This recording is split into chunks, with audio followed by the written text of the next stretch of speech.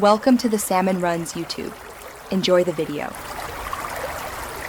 You start by verifying prerequisites. Your bug vampire must be unlocked and equipped with the right rail and 2 accessory slots. This ensures stability and power.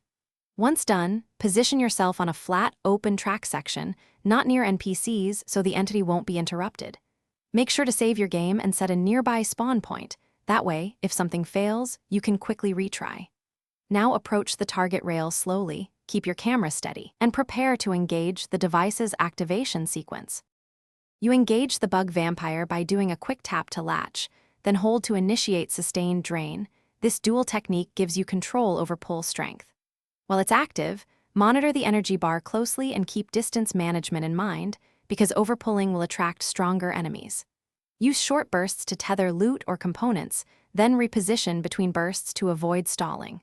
Also, angle your camera slightly downward to favor ground pickups. This increases success rate and reduces unwanted aggro. To finish, release the hold to deposit collected items into your inventory. Make sure to check for duplicates or space limits immediately.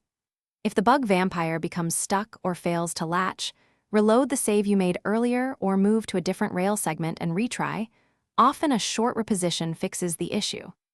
If you experience missed taps or delayed responses, adjust controller or mouse sensitivity, and test with a few practice bursts. That usually resolves input lag and prevents wasted energy during critical moments.